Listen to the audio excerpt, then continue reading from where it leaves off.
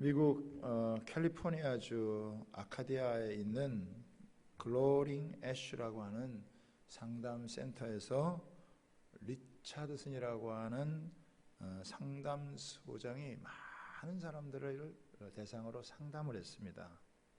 이 사람은 일평생 동안 위기를 만난 사람들을 상담을 하면서 사람들이 크게 두 가지 반응을 나타낸다는 것을 알게 됐어요. 한 경우는 위기와 어려움을 당하면 절망하고 좌절하고 자포자기하는 사람이 있다. 그러나 또 한 경우는 이 위기를 성장의 기회로 삼아서 발전하고 아름다운 삶을 살아가는 사람이 있다는 것입니다. 인생의 공통점은 모두가 다 여러분 위기를 겪는다는 거예요. 위기 없이 살아가는 인생은 아무도 없습니다. 이 코로나 사태라고 하는 것도 우리에게는 얼마나 큰 위기인지 모릅니다. 그런데 이 위기의 때를 어떻게 반응하느냐에 따라서 아름다운 삶이 되기도 하고 침몰하는 삶이 되기도 한다라고 하는 거예요.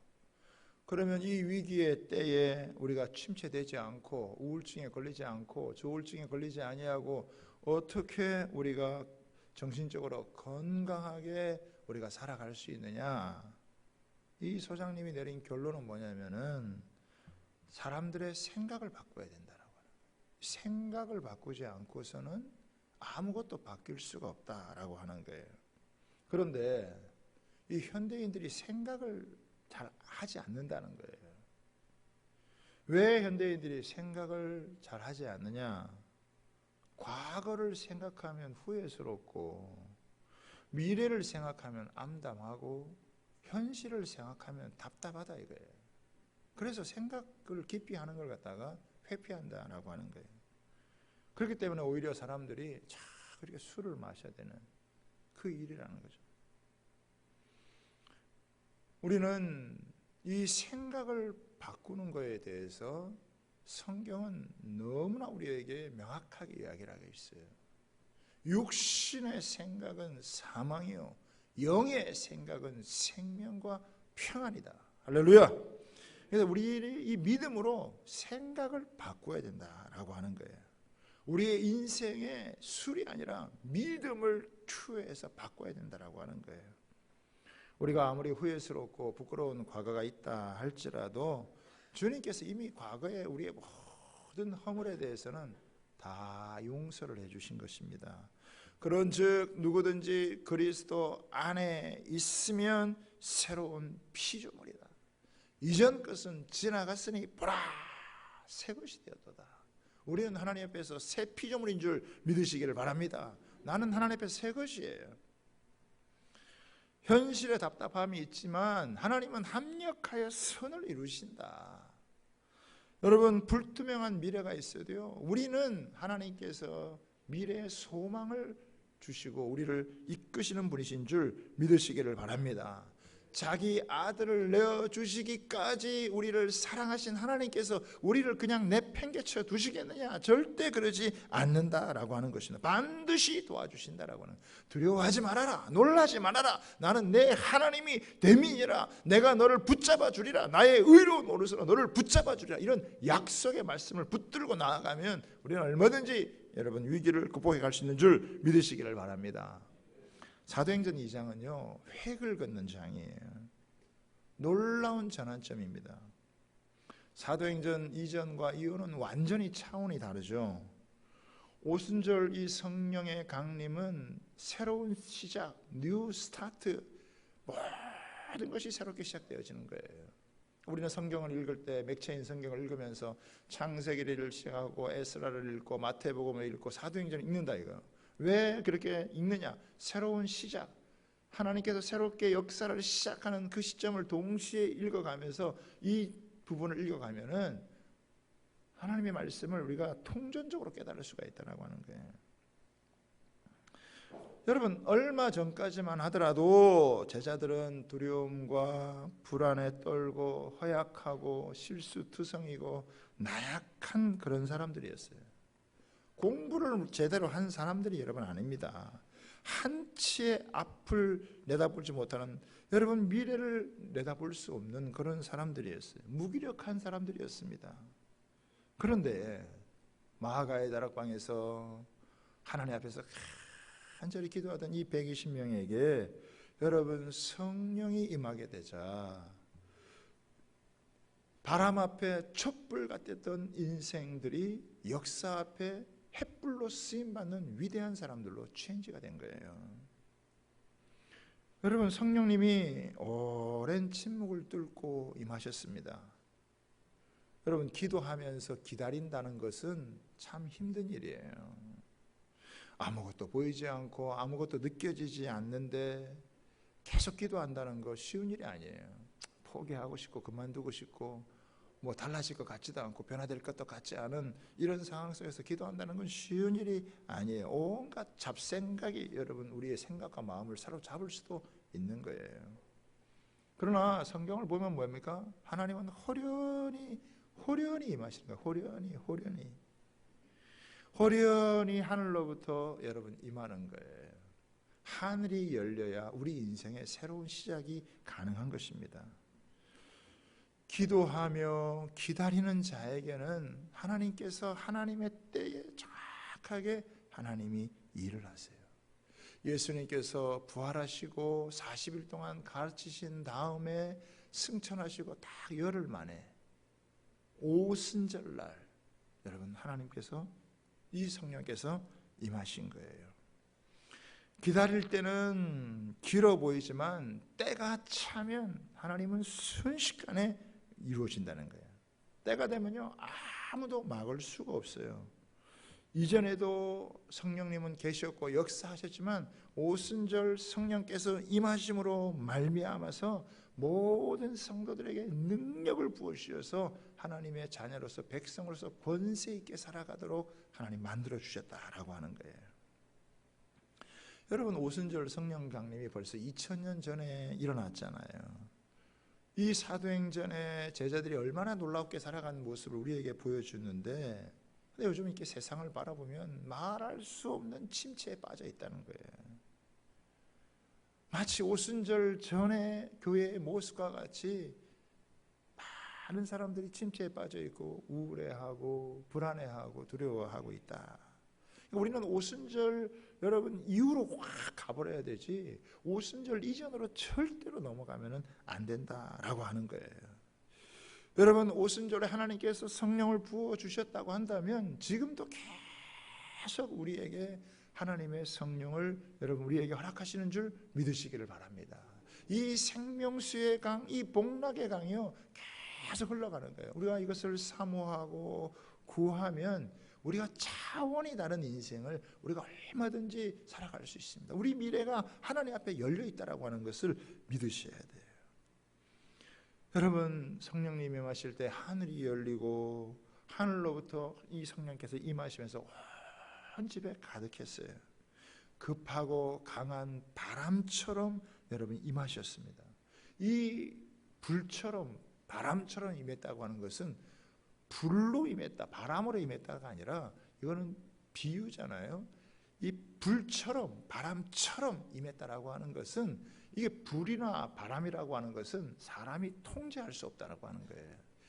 이 사람이 통제할 수 없는 이 성령께서 그 마가의 다락방에 가득 여러분 메워져서 그곳에 있는 모든 사람 한 사람에게 성령을 다 충만하게 기름 부어 주셔서 그들이 완전히 바뀌어진 거죠. 강력한 여러분 힘이 그들을 사로잡아서 그들이 이전하고는 차원이 다른 그런 사람으로 만들었다라고 하는 것입니다.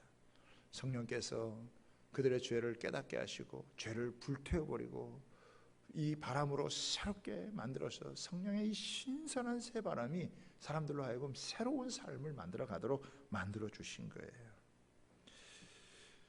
이 오순절 성령이 임하자 막 제자들이 막 방언이 터져가지고 이 언어가 막 혀가 터져가지고 말을 하는데 각종 방언으로 말을 하게 되자 주변에서 왔던 사람들이 그 이야기를 다 듣고 하나님의 큰 일을 여러분 듣게 되어지는 이런 일을 그런데 이런 일이 있을 때 항상 그것을 좋게만 보는 사람이 아니라 있는 게 아니라 그걸 나쁘게 생각해서 저 사람들이 저게 술 취해가지고 저지랄이라 이렇게 조롱하는 사람들이 여러분 있었어요. 13절 한번 보겠습니다. 여러분 2장 13절부터 시작.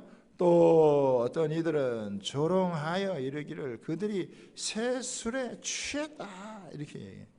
여러분 이 분위기가 갑자기 이상해지는 거예요. 막 조롱을 하고 무시를 하고. 그런데 베드로가 이때 성령이 충만해가지고 이 분위기를 바꿔가는 거예요. 여러분 우리는 분위기를, 이 세상의 분위기를 그냥 타면 안 돼요. 이 세상의 이 분위기를, 이거를 역류할 수 있는, 이거를 전환시킬 수 있는 그런 하나님이 사람이 되어야 된다. 오히려 이렇게 사람들이 막 조롱하는 이 상황을 베드로는 하나님의 복음을 전하는 기회로 만들어가지고 분위기를 역전시키는 그런 일이 있었습니다. 그래서 오늘 저는 이 본문을 통해서 저와 여러분들 한 세 가지 정도 한번 나눠보고자 해요. 첫째는 뭐냐면 이 위기의 이 타이밍을 하나님의 전도의 기회로 삼았다는 거예요. 영적인 분위기를 바꾸는 사람이 되라고 하는 거죠. 자, 우리 14절 15절을 한번 보겠습니다. 같이 한번 읽습니다. 시작. 베드로가 열한 사도와 함께 서서 소리를 높여 이르되 유대인들과 예루살렘에 사는 모든 사람들아 이 일을 너희로 알게 할 것이니 내 말에 귀를 기울이라. 때가 제3신이 너희 생각과 같이 이 사람들이 취한 것이 아니라 이는 곧 선지자 요엘을 통하여 말씀하신 것이니. 뭐라고 그랬습니까? 우리가 살다가 보면요 억울한 누명을 쓸 때가 있어요. 인류 사회는 총에 맞아 죽은 사람보다 누명을 써서 속앓이로 죽은 사람이 훨씬 더 많다 그래요. 크고 작은 여러분 차이는 있지만은 우리가 삶을 살아갈 때 중상모략, 누명을 쓰고 고통을 당할 때가 여러분 있습니다. 베드로와 제자들이 뭘 잘못을 했습니까? 그런데 저희들이 술 취해가지고 저지랄 한다고 조롱을 한 거예요. 깔깔대고 손가락질하고 여러분 막 송사를 하는 이런 일들이, 이거 가만히 있으면 그 분위기가 확 넘어가는 거예요. 그런데 베드로가 어떻게 해요? 탁 일어서가지고 11사도와 함께 서서 소리를 높여서 담대하게 여러분 외치는 거예요. 지금 이 삼시, 여기서 삼시는 우리나라로 하면은 오전 9시예요. 아니 누가 오전 9시에 술 처먹고 나와가지고 이렇게 말하는 사람이 어디에 있냐. 여러분 술 먹은 사람들은 다 오전 9시 되면 자요. 그렇잖아요? 오늘도 어젯밤에 술 먹은 사람들 못 나와요. 저 잠자느라고. 술 먹고 여기 오늘 예배당 나오는데 뭐 술 먹고 나가자고 하는 사람이 있겠습니까? 아무도 없죠. 그런 것처럼 지금 9시인데 누가 술을 먹고 그러는 거냐. 이게 아니라 하나님께서 구약 성경의 요엘 시대에 예언하신 모든 육체의 성령을 부으시라고 하는 이 약속이 지금 우리 가운데 임하여서 우리가 성령을 받아서 우리가 각종 방언으로 하나님의 큰 일을 말한다라고 외친 것입니다. 여러분 이 베드로가 설교를 준비하고 나온 게 아니잖아요. 저같이 이렇게 이렇게 적어가지고 A4 용지 몇 장 해가지고 이렇게 적어서 나온 게 아니라고요. 베드로는 그냥 그 상황이 탁 돼서 말씀을 선포하는데 이 구약의 말씀 요엘서를 인용을 해가지고 이 말씀을 싹 선포를 하는 거예요. 잘 생각해 보세요. 우리가 하나님 말씀을 꾸준히 공부를 하고 묵상을 하고 때로는 암송을 하고 그리고 꾸준히 우리가 기도를 하면요 분위기가 이상하게 돌아갈 때 그 분위기를 바로 잡을 수 있는 사람이 되어집니다. 세상은요 이 분위기가 제멋대로 막 돌아가요. 몇 사람이 만나도 가정의 분위기도 사회의 분위기도 직장의 분위기도 나라의 분위기도요 이게 갑자기 어느 방향으로 막 선동해서 돌아갈지 모르는 거예요. 그런데 이때 이 말씀과 성령으로 충만하게 여러분 기름 부음 받았던 이 베드로는 딱 서서 사람들한테 얘기를 하는 거예요. 우리에게 이게 술 취해서 이러는 게 아니라 하나님께서 우리에게 약속한 성령, 하나님의 은혜, 하나님의 최고의 선물을 주어서 우리가 이렇게 된 것이다 라고 담대하게 여러분 선포를 하는 거예요. 여러분 평소에 하나님 말씀을 잘 여러분 묵상하시기 바랍니다. 여러분 평소에 기도를 잘 쌓아놓으시기를 여러분 바랍니다. 어느 순간 여러분이 있는 자리에서 분위기가 이상하게 돌아갈 때 그 분위기를 바로 잡을 수 있는 영적인 분위기에 주도권을 쥐고 여러분 하나님의 복음을 전할 수 있는 그런 하나님의 사람이 된다는 것을 믿으시기를 주님의 이름으로 부탁을 드립니다. 14절에 보면요 뭐라고 되어 있냐면 여기 보면 함께 서서라는 말이 나오죠. 함께 서서 베드로가 11 사도와 함께 서서 여러분 함께 서주는 사람들이 굉장히 중요하거든요. 11 사람들이 이 베드로와 100% 공감을 하면서 그 앞에 서줄 때 많은 사람들 앞에 두려움 가운데서 이걸 전한다는 건 쉬운 일이 아니에요. 용기가 필요해요. 그런데 베드로 옆에 탁 사람들이 서 있고 우리가 같은 마음으로 선다 이런 동역자들이 여러분 있을 때 여러분 하나님의 교회는 하나님의 사람들은요 그 상황을 뚫고 나가는 거예요. 교회도 여러분 사람들이 많이 있지만 같은 말, 같은 마음, 같은 뜻, 같은 열매를 맺는 비전의 사람들 이 11명, 12명 같이 딱 서면요 어떤 환경, 위기도 돌파하고 극복해 나갈 수 있는 줄 믿으시기를 바랍니다. 여러분이 있는 자리에서 믿음의 동역자들이 같이 있다고 없는 게 얼마나 중요한지 몰라요.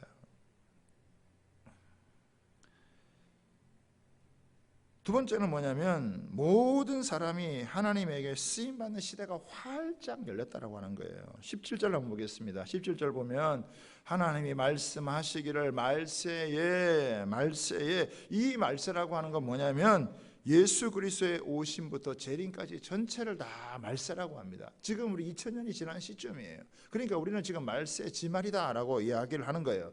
다른 말로 하면 이 말세라고 하는 것은 긴박한 시간 안에 들어왔다라고 하는 거예요. 모든 것은 끝이 있다. 그 끝에는 하나님의 심판이 있다라고 하는 거예요.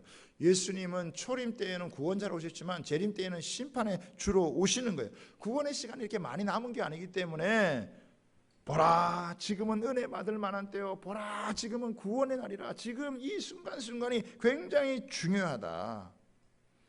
우리는 종말론적인 시간을 갖고 살아가야 된다는 거예요. 이거 놓치면 신앙이 실종한다는 겁니다. 시간을 아껴야 되고 시간의 질을 높여서 살아가야 된다는 거예요. 먹고 마시고 장가가고 일을 다 하지만 그러나 주님이 마지막 때 우리 주님이 반드시 이 땅 가운데 오신다라고 하는 걸 여러분 우리는 알아야 돼요. 세상의 리듬이 아니라 우리는 여러분 영적인 리듬을 타야 된다는 거예요. 여러분 우리 코로나19 이제 얼마나 큰 이 어려움이고 위기입니까? 미국 뉴욕 타임즈에는 일면에 10만 명을 동시에 부고를 냈어요. 여러분 10년 전체가 다 부고장이에요. 부고장 10만 명이 들어가다 그래요. 예? 이 세상의 지금 이 리듬이 얼마나 우울하게 흘러가는지 여러분 우리는 알아야 되는 거죠. 그러나 우리는 이 세상의 리듬을 타는 게 아니라 영적 리듬을 하나님 앞에서 타야 된다는 거예요. 하나님께서 말세에 뭘 하시느냐? 내가 내 영을 모든 육체에 부어 주신다라고 이야기를 하는 겁니다. 하나님께서 모든 육체에 성령을 부어 주시는 것은 이 베드로가 이 말씀을 이 요엘서의 말씀을 선포하는 목적이 뭐냐? 하나님께서 모든 사람을 사용하신다라고 하는 거예요. 나이가 문제가 되지 않는다. 직업이 문제가 되지 않는다. 성령이 임하면 어린아이든 청년이든 노인이든 아무 상관없이 하나님께서 놀랍게 사용하신다. 저는 이 말씀이 참 너무나 놀라운 것 같아요. 이 말씀을 묵상할 때마다 이 말씀을 전할 때마다 하나님 우리 교회가 우리 공동체가 이런 공동체가 되기를 주님 원합니다. 자녀들이 예언하고 청년들이 환상을 보고 노인들이 꿈을 꾸고 누구든지 주님 앞에서 쓰임받을 수 있는 하나님의 이런 공동체가 되면 얼마나 좋겠습니까? 사람들은 이 핑계대고 저 핑계대고 이래서 못한다 저래서 못한다 이래서 안 된다 이런 소리가 많은데 하나님의 영만 부어주면 자녀는 자녀대로 청년은 청년대로 여러분 노인은 노인대로 누구든지 다 하나님 손에 쓰임받을 수 있다는 게 얼마나 여러분 좋습니까? 이런 코로나 시대에 더 하나님께서 하나님의 영을 부어주셔서 하나님의 백성들이 여러분 일어나야 된다고 하는 거죠. 여러분 자녀, 젊은이, 노인 다 따지고 보면요, 약점이 있는 사람들이에요. 어린아이들, 여러분 약점이 있죠. 청년들도 약점이 있죠. 노인들도 약점이 있죠. 그런데 하나님에게는 그런 게 아무 상관이 없다라고 하는 거예요. 제가 하나씩 좀 살펴보면 자녀들이 예언한다 그러는데 이 자녀들은 어린아이들을 얘기하는 거예요. 교회는 절대로 어린아이들을 무시하면 안 됩니다. 아이들을 소중하게 여겨야 돼요. 여러분, 교회 안에서 은혜 받은 아이들, 성령 받은 이 아이들은요, 영적으로 철을 일찍 들어버려요. 그래서 이 아이들이 예언을 선포합니다. 오히려 예언한다라고 하는 것은 말씀을 선포하는 건 이거는 어른들이 할 것 같은데 어른들이 아니라 아이들이 여러분 선포를 한다라고 하는 거예요. 우리도 금요 철학 때 되면요, 애들 몇 명이서 모여 앉아가지고 그냥 찬양하는 거 보면은 애들이 그냥 얼마나 크게 쫑알쫑알대면서 찬양하는 거 보면 막 어른들의 가슴이 뭉클해요. 좀 영적으로 좀 이렇게 생기가 없다가도 애들이 찬양하는 모습을 보고 여러분 선포하는 모습을 보면 그게 막 얼마나 힘이 나는지 모른다라고 하는 거예요. 여러분, 성령을 받은 아이들은요, 그냥 아이들이 아니에요. 세상의 때에 젖은 어른들보다 아이들의 영이 훨씬 더 맑을 수가 있습니다. 어린이들도요, 하나님의 은혜를 알아요. 성령 받으면요, 눈이 열리고 일찍 여러분 철이 들어요. 구약 성경에 보면 나이 많은 엘리 제사장은 하나님의 음성을 듣지 못했지만 어린 사무엘은 하나님의 음성을 듣고 반응을 하는 그런 역사예요. 아이들이 예언을 하는. 저는 우리 교회에도 이런 은혜가 있게 되기를 여러분 소원합니다. 청년들이 환상을 본다 그랬어요. 요즘 이 청년들이 환상을 보는 게 너무 중요해요. 100만, 200만 취직을 하지 못하고 여러분 결혼이 늦어지고 하는 일들 때문에 청년들이 사는 게 쉽지 않아요. 그런데 이 젊었을 때 이 청년들이 어려울 때 특별히 환상을 봐야 돼요. 청년의 때 하나님 나라의 환상을 봐야 돼요. 만약에 청년의 때 여러분 하나님 나라의 환상을 보지 못하면 인생 대부분을 여러분 날려버립니다. 여러분 벌써 한 40, 50대 되신 분들, 50, 60대 되신 분들은 자기 인생의 뒤를 돌아가 보면 어떻게 해요? 30, 40대 금방 지나가 버렸죠. 그냥 살다가 보면 이제 20대인가 싶었는데 벌써 30대가 되고 40대가 되고 50대가 되고 60대가 되고 금방 여러분 지나가 버립니다. 청년의 때에 하나님 나라에 대한 비전을 여러분 갖지 못하면 세상 욕망에서 벗어나기가 어려워요. 때가 지나고 나면 결혼해서 아이 낳고 아이 키우고 직장에 매이고 세상에서 벗어나는 게 쉽지 않아요. 그러면 뭐 하나님의 비전이고 꿈이고 뭐이고 그냥 인생 훅 지나가 버리고 마는 거예요. 세상에 빠지기 전에, 세상에서 세팅이 되기 전에 이 청년의 때 하나님의 비전을 보면요, 하나님의 환상을 보면 사는 게 달라져요. 여러분, 노인들이 꿈을 꾼다 그랬는데 성령이 임하면 나이하고 상관이 없습니다. 성경에 보면 나이 든 분들을 하나님이 얼마나 놀랍게 사용하는지 몰라요. 하나님이 아브라함을 75세에 부르셨고 갈렙을 85세에 이 산지를 내게 달라고 여러분 외쳤고 하나님 앞에 꿈을 꾸고 젊게 살아간다는 거예요. 지금 우리가 100세 시대라잖아요. 60 안 돼서 은퇴를 하면요 20년 더 일을 해야 돼요. 그리고도 20년을 더 살아요. 여러분, 그러니까 뭐 나이가 예순이 됐다고 해서 그게 많은 게 아니라 앞으로 살아갈 날이 창창하시다라고 하는 거예요. 기회가 여러분 많아졌어요. 그렇기 때문에 얼마든지 꿈을 꾸고 살아가면 하나님 앞에 쓰임받을 수 있는 그런 삶이 된다라고 하는 거예요. 건강하게 마지막까지 하나님 앞에서 쓰임받는 게 굉장히 중요한 게, 꿈을 꾼다는 건 하나님의 손에 붙들려서 쓰임받는 인생이 된다, 이걸 이야기하는 거예요.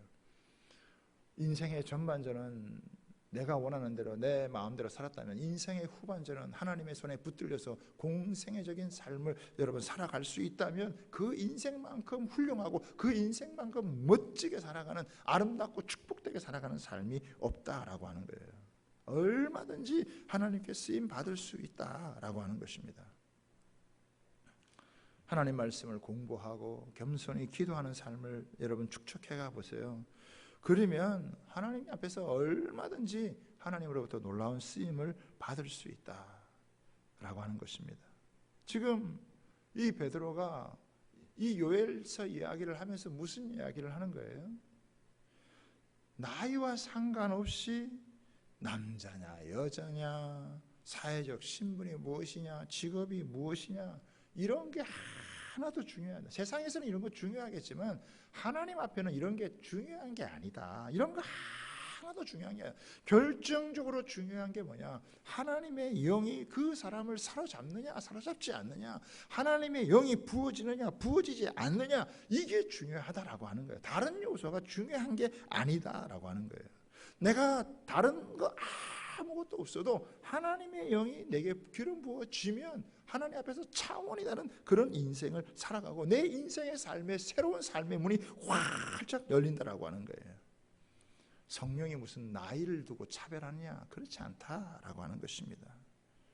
성령을 부어주려고 하는데 여러분 나이를 따져서 그렇게 하느냐 안 하느냐, 그런 일 없다라고 하는 것입니다. 하나님은 모든 육체, 모든 사람, 남종이든지 여종이든지 어린아이든지 청년이든지 노인이든지, 아이들은 아직 뭐 아무것도 잘 모르고, 청년들은 아직 미숙하고, 노인들은 너무 세월이 지나가서 늙어버렸고, 다 약점이 있는 그런 인생들이지만 하나님의 성령이 그를 사로잡으면 어떻게 해요? 그 사람의 삶의 차원이 완전히 달라진다라고 하는 것입니다. 직분이나 뭐 세상의 타이틀 이런 게 중요한 게 아니다. 저는 이 사도행전 읽으면서요, 빌립 집사님을 한 주간 동안 묵상을 하면서 너무 놀랍더라고요. 여러분, 빌립 집사님이 예루살렘에서 핍박이 일어나니까 흩어졌어요. 모든 사람들이 다 흩어졌어요. 근데 그 중에 하나 흩어진 사람이 빌립 집사님이에요. 빌립 집사님이 여러분 자발적으로 흩어진 게 아니에요. 비자발적으로 흩어진 거예요. 그러니까 예루살렘을 떠날 수밖에 없고 사마리아에 여러분 가게 된 거잖아요. 사마리아가 어떤 땅입니까? 예수님께서 제자들을 데리고 가가지고 그곳에서 복음을 전하려고 하는데 사람들이 받아들이지 않아. 그러니까 야고보와 요한이 화가 나가지고 열받아가지고 하나님, 예수님, 하늘에서 불이 떨어져가지고 이들 확 다 쓸어버리고 심판해버리시죠. 그 제자들이 따라다니면서 얼마나 그 사람들이 강팍한 모습을 봤으면 그렇게 했겠냐고요. 그런데 이 빌립 집사님이 이 사마리아에 가는 거예요. 성령을 받고 난 다음에 사마리아 땅에 가가지고 거기서 귀신을 쫓아내고 병든 사람을 고치게 되어지고, 그러면서 거기 있는 사람들이 싹 변화가 일어나가지고 그 도시에 큰 기쁨입니다. 딱 한 사람이 영적 판도를 바꾸는 사람이 된 거예요. 성령 받은 한 사람은요, 영적 판도를 바꾸는 사람이 되어져요. 그것이 그렇게 강팍한 곳이요, 그것이 그렇게 여러분 하나님 앞에서 그동안 오랫동안 굳어져 있던 그런 곳이지만 한 사람이 변화돼서 그곳에 복음의 능력을 갖고 성령과 함께 여러분 그곳에 가니까 귀신이 떠나가고 병든 자가 떠나가고 하나님의 기쁨을 가져오는 한 사람이 되시는 거예요. 영적 판도를 바꾸는 사람이 돼요. 아이고, 우리 가정에 이렇게 남편 때문에 문제야, 우리 가정에 누구 때문에, 자식 때문에 문제야, 우리 회사에 누구 때문에 문제야, 이 사회에 이것 때문에 문제야. 온통 세상은 여러분 문제거리를 덮고 거기에 누구 타령을 하고 있어요.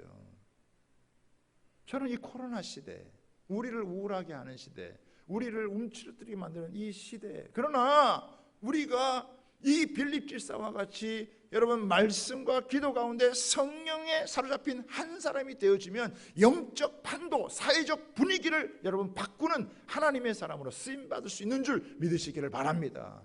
그 우울한 것을 기쁨으로 바꿀 수 있는 사람, 세상에 여러분 이 강팍한 이 악한 사단의 역사가 있는 곳에 그 한 사람이 성으로 인해서 그 사람 때문에 여러분 분위기가 바꿔주는 사람. 남편 탓하지 말고, 아이 탓하지 말고, 자식 탓하지 말고, 뭐 세상 탓하지 말고, 여러분 우리가 성령 받은 한 사람이요 판도를 바꾸는 거예요. 저는 우리 주양교회 성도들이 이런 은혜가 있게 되기를 여러분 소원합니다. 이걸 사모해야 돼요. 우리 집안을 막 우울하게 만드는 거 있다면 성령의 은혜를 더 사모해서 우리 집안의 영적 분위기를 바꾸는 한 사람이 되어야 될 줄 믿습니다. 이 사회의 영적 분위기를 바꿀 수 있는 한 사람이 되어야 될 줄 믿습니다. 누가 바꾸냐? 하나님의 성령이 그를 사로잡으면 아무리 강박하고 아무리 어두운 곳이라 할지라도, 사단이 아무리 길고 날뛰는 곳이라 할지라도 거기에서 하나님께서 그것을 바꿔주신다는 거예요. 할렐루야. 축복의 통로가 되는 거예요. 저는 이게 얼마나 사모가 되는지.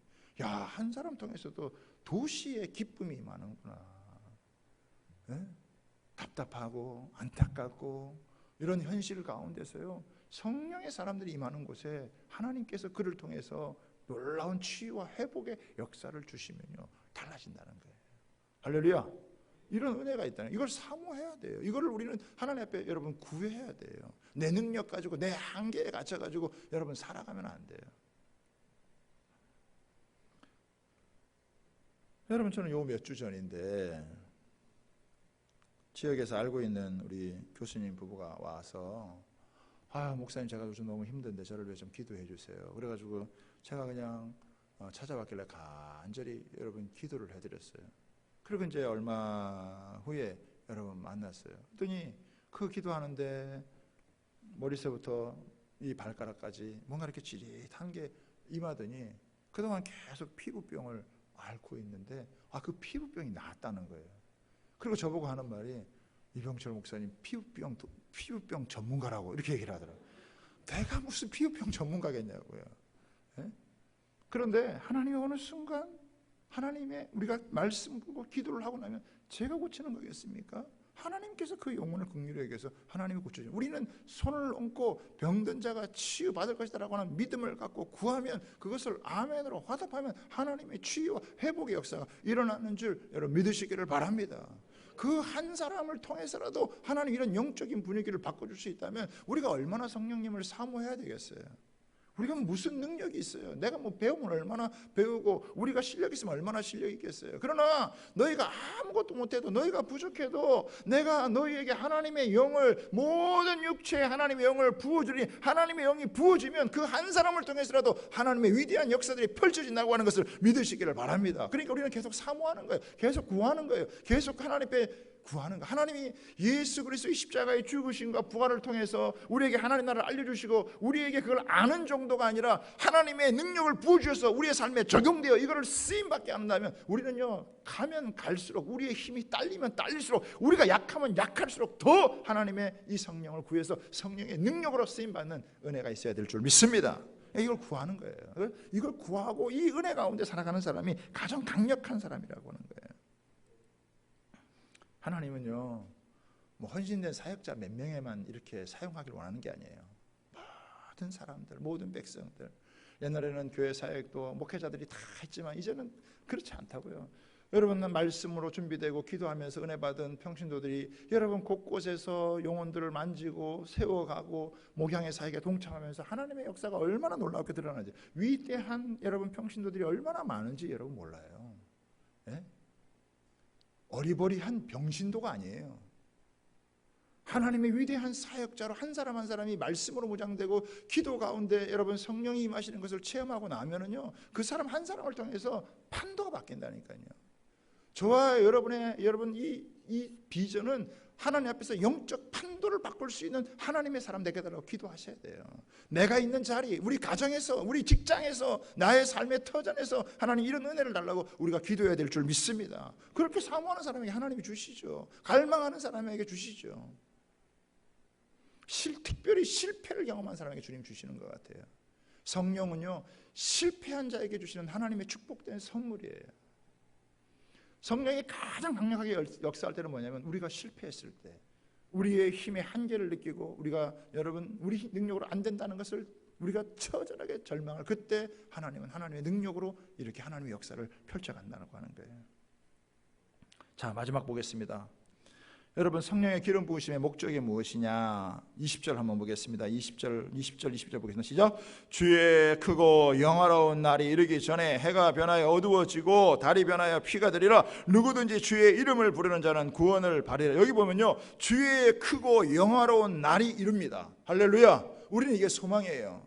우리의 역사의 여러분 마지막 미래는 어떻게 되어지는 것이냐? 하나님께서 주의 크고 영화로운 날, 이 날은 구원의 날이고 우리에게는 축복의 날이고 우리는 영광의 날이고 우리에게는 소망의 날이에요. 그러나 이 날이 이르기 전에 어떤 날이 있느냐?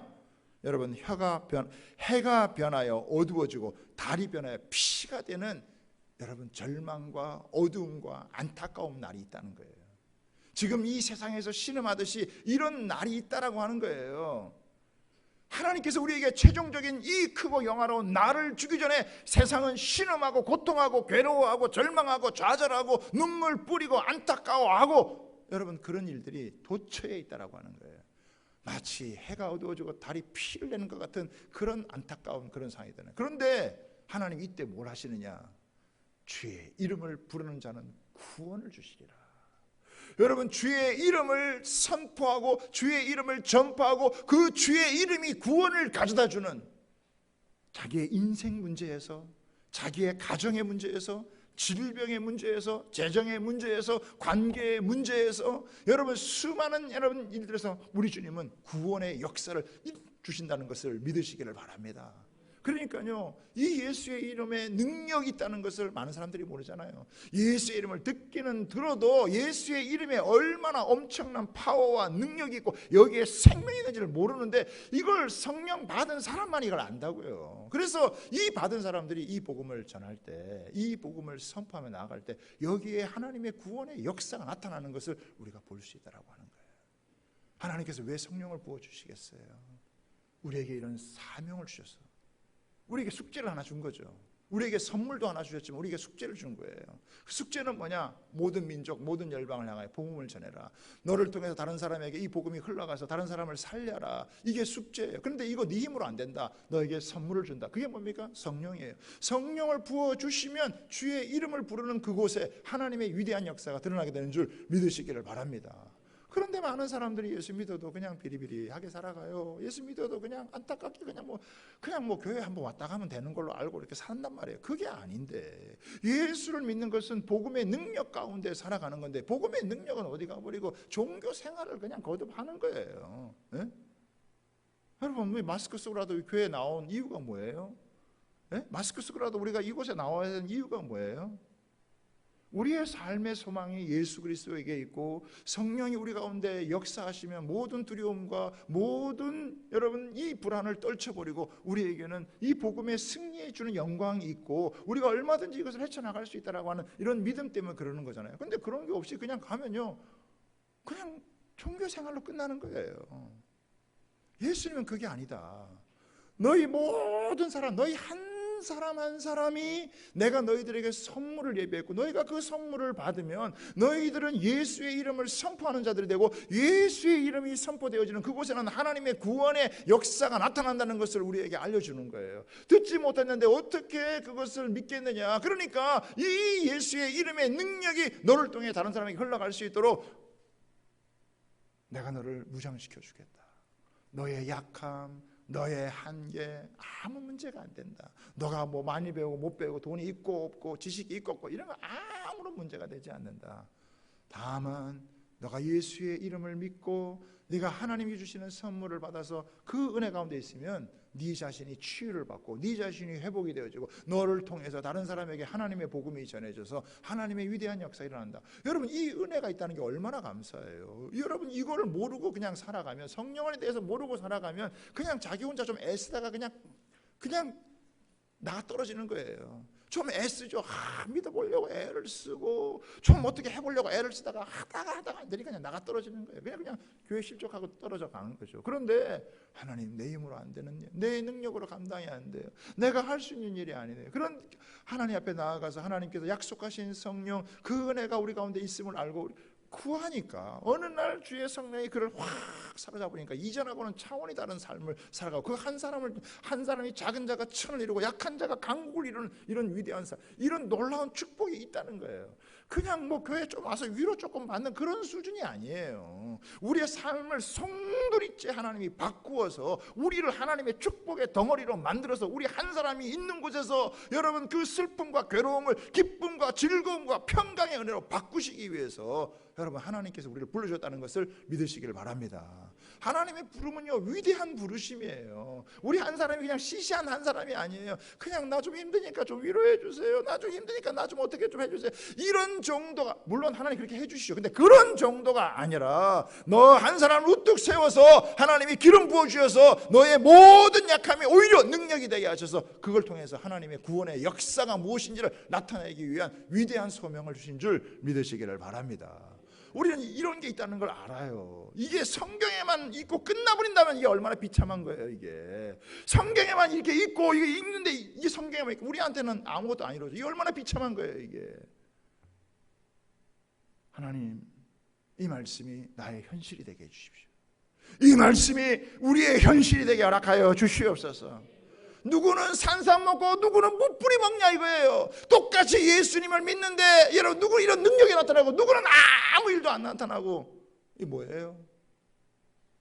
하나님이 사람 차별하세요? 아니잖아요. 모든 남성과 여종에게, 어린아이에게, 청년에게, 노인에게 다 준다. 우리는 이걸 알기 때문에 뭐 하는 거예요? 사모하는 거예요. 구하는 거예요. 말씀을 붙들고 사모하는 거예요.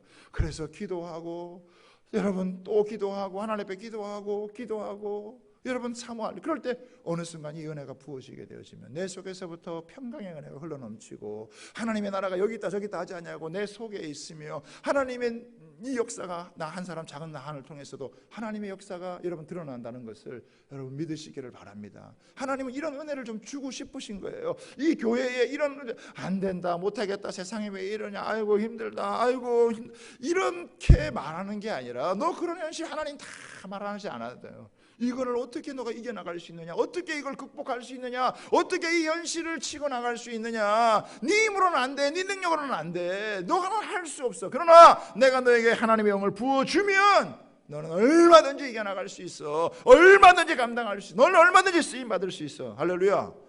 이 약속을 믿으니까요 기도 안 할 수가 없어요. 하나님 앞에 매달리지 않을 수가 없어요. 여러분 기도도 안 하고 공짜로 이런 거 확 받으려고 그러면 안 돼요. 네? 그런데 하나님이 약속하신 게 있다는 걸 믿고, 주님 저도 이렇게 살고 싶어요, 이렇게 믿고 싶어요, 이런 은혜를 누리고 싶어요.